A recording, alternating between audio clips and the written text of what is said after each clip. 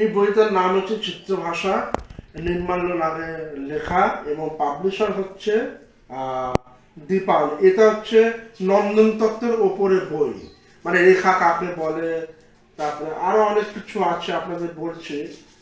যেমন ধরো, হ্যাঁ, যেটা হচ্ছে কি ড্রয়িং কাকে বলে, কালার কাকে বলে, নেচার স্টাডি কাকে বলে, তারপরে স্টিল লাইফ কাকে বলে, পোর্ট্রেট, মুরাল, তারপরে পেন, পেন্সিল, অনেক কিছু এগুলো ইনফরমেশন দেওয়া আছে।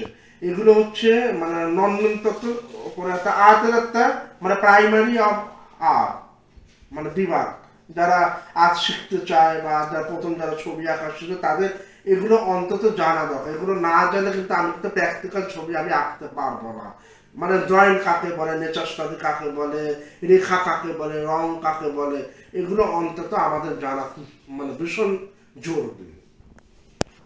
হ্যাঁ, এই বইটা আপনারা তো কেন কিনবেন, এটা হচ্ছে প্রাইমারি অফ আর মানে মানে বিভাগ ক। কারণটা যে ছবি আঁকতে গেলে প্রথমে একটু মানে থিওরি বিদ্যাতে একটু জানা দরকার, মোটামুটি আর কি।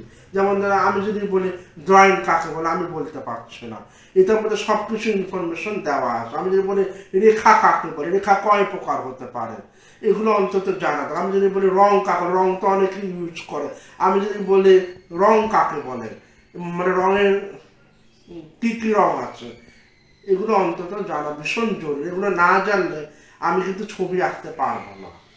ছবি আঁকার ক খ হচ্ছে এটা চিত্রভাষা।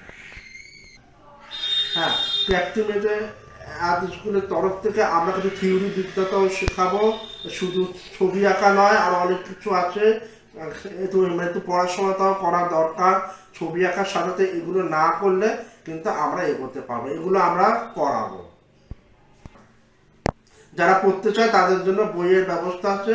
আমার কাছে বিভিন্ন আর্টের কালেকশন আছে, বিভিন্ন বই আছে, হেনরি ম্যাথিউ পিকাসো, ক্যান্ডেলস্কে, তারপরে আছে বিভিন্ন, যেমন ধরো আরো চিত্রভাষা, তারপরে হচ্ছে রামকিং করবে, যোগেন চৌধুরী, বিভিন্ন আর্টের কালেকশন আছে। এগুলো যদি আপনারা পড়তে চান এখানে এসে আমাদের স্টুডিওতে পড়তে পারবেন। এমনকি নর্থ কলকাতাও উত্তর বাড়িতে আর্টের প্রচুর কালেকশন আছে, এগুলো আপনার পারলেও একটু পড়বেন।